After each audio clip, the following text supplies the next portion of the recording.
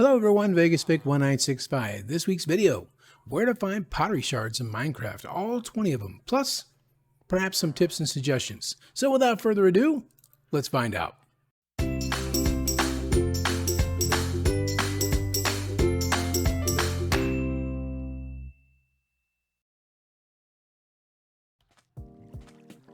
Welcome back everyone, VegasVic1965. Now we're all used to the term shard, like a broken shard, which usually means a broken piece of glass, ceramic tile, china, etc., those types of things. And Minecraft added shards, S-H-E-R-D, and probably a number of you people are out there wondering, did they make a spelling error? Well, a shard is the term archaeologists use at an archaeological dig site for broken pottery pieces. So no, this is not a mistake. Spelling error by Mojang. It's an abbreviation of the word potsherd, which has been used by archaeologists since the 1300s. Now there are 20 different types of shards, I'll call them shards, that Mojang did add in 1.20 and 5 different locations. Now the first one we're going to go over is the Desert Temple. On the main floor, usually in the back, left or right, you'll find some scattered sand blocks. You want to be careful when you're digging through there. Use your pickaxe to get rid of the regular blocks, and you'll use your shovel, of course, to get rid of the sand. But down inside that little dig site will be some suspicious sand. And when you do use your brush on that, you will uncover these 4 different types of pottery shards. That's the Archer, the Miner, Prize, and Skull. Next up is the Desert Well. In and around the Desert Well, you can find some suspicious sand. Just be careful when you're removing everything, and there's a chance you can get these 2 pottery shards. That's Arms Up and Brewer. Warm Ocean Ruins. A great place to pick up these 3 types of pottery shards. That's the Angler, Shelter, and Snort. Just dig around through there. Just be really careful when you find yourself some suspicious sand. Use your brush, and with any luck, you'll find one of those 3, or perhaps at a site you'll find all 3. Just be extremely careful. Those cold, warm ocean ruins do have other visitors like drowned in them. Now in the cold ocean ruins, we'll be using our brush on suspicious gravel as opposed to the first 3, which was suspicious sand. Just like the warm ocean ruins, they do have some unruly tenants that live underneath there, the drowned, so be extremely careful. And maybe perhaps bring a water breathing potion as well. But you can possibly uncover the following pottery shards: Blade, Explorer, Mourner, and Plenty. And last but not least is the Trail Ruins. Now the Trail Ruins can be found in 5 different biomes. That's the taiga, snowy taiga, old growth taiga, old growth birch forest, and also in the jungle biomes.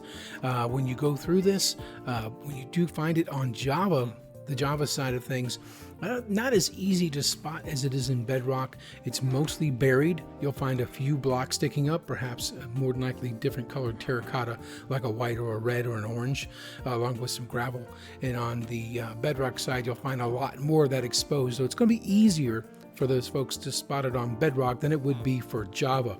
Now, once again, just like in the cold ocean ruins, we're going to be uncovering our different pottery shards by using our brush on suspicious gravel. And what you will find, if you're careful, you will find the following 7 pottery shards. That's Burn, Danger, Friend, Heart, Heartbreak, Howl, and Sheaf. Now I want to share with you some tips, maybe suggestions on how to be a little careful, because a lot of times you will remove something and you'll hear this little crack or break, and that is because suspicious sand actually fell. You don't want that to happen. It may cost you something that you really would like to rather have.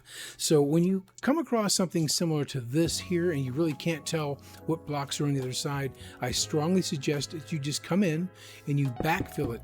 That way when you're moving blocks here, any interaction with those blocks above it, for example, if it was suspicious sand, could cause the gravity effect, and it would fall and break, and you would lose whatever was in that suspicious sand. So just backfill as you're digging through, especially on the trail ruins. You may run into those vacant spaces. If you can, backfill, like I say, that'll save you a lot of heartache if you hear that crack sound. The other one would be when you are removing sand, make sure that you can see a solid block above it, because if you cannot see a solid block above it, there's a chance there might be more suspicious sand just above that. So for example here, we found ourselves some suspicious sand. Now this was in creative, so there's not going to be anything coming out of it, but I'll show you what happens once we have gone through, uncovered whatever it was there, because it has to generate with the world, but then you realize, okay, there's nothing there now, let's remove this. And I did turn the volume up a little loud so you can see what could possibly happen if you're not careful and remove those blocks first. That can happen. So be real careful to remove these blocks ahead of that, just to see if there's any suspicious sand, just like that one there that could have fallen if you remove that sand block below it. Now once you have your pottery shards, you can come over to your crafting table, just like the flower pot. Flower pot will take 3. We'll make one of those, and I'll show you what we'll do with that in just a moment. And you can make yourself a decorated pot. Now the decorated pot, just one more clay brick as opposed to the regular flower pot, and you can actually design this. Now you can replace these just like this, or you can set them in the crafting grid yourself to give yourself a design that you might like. And then of course, when you're happy with it, like for example, this one here, I'm going to have facing a wall. So I don't want that pattern of one of the ones, the decorated ones that are the pottery shards that I found, to be on the back facing the wall. No one's going to see it. So I'm going to put a regular clay brick on the back. And there you have it. Now you can set that down. You can break it with your hand, just like you can the regular flower pot. Set that against the wall, and you can see that all 3 designs that I placed on there are visible. So if that's happens to be the front of the house, you got a couple of doors here and put a couple there, you're not wasting one of those shards that you found. Now another interesting fact that many of you may not know is you can take that flower pot, stick it right in the top, put a flower in there. It's that easy. Number of ways to make it the way you like it. Anyway, I hope you found this video helpful in your Minecraft worlds, and if you did, click that like button. And if you want to subscribe for past or future videos, click that subscribe button. It really helps me and lets me know that I provide great quality content for you guys each and every week. So until next week's video, thank you very much for watching, and we'll see you then. Bye.